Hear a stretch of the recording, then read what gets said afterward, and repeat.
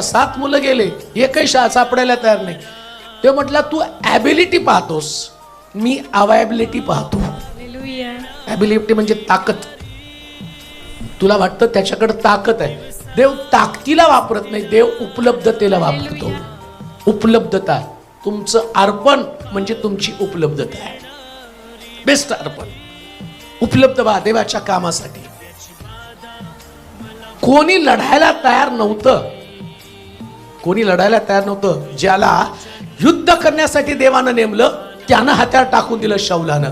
दावीद उपलब्ध झाला, त्यानं विचार नाही केला. राजा घाबरला. राजा त्या असणाऱ्या शत्रू समोर शरणागती पत्करली. माझ्या जीवाची बाजी मला लावावं लागणार आहे, माझ्या जीवाची बाजी मला लावावं लागणार आहे.